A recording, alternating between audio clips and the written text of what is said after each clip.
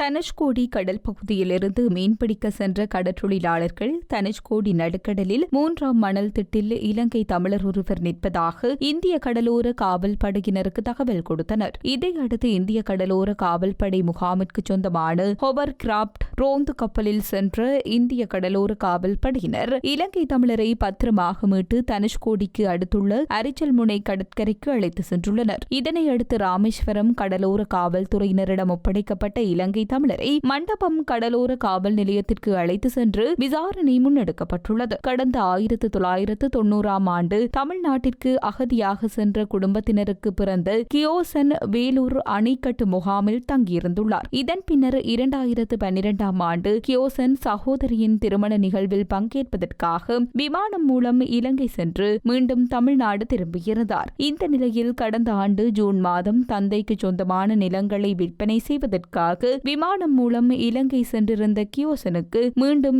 India செல்வதற்கு நுழைவு விசைவு வழங்கப்படவில்லை என தெரிவிக்கப்பட்டுள்ளது. இதனால் சட்டவிரோதமாக படகு மூலம் தமிழ்நாட்டிற்கு சென்ற ஈழத்தமிழரான கியோசன் தனுஷ்கோடி 3ஆம் மணல் திட்டில் வந்து இறங்கியுள்ளது தெரியவந்துள்ளது. மத்திய மாநில உளவுத்துறையினர் கியோசனிடம் விசாரணை நடத்திய பின்னர் அவரை மண்டபம் இலங்கை தமிழர் மறுவாழ்வு முகாமில் தங்க வைக்க நடவடிக்கை எடுத்துள்ளனர்.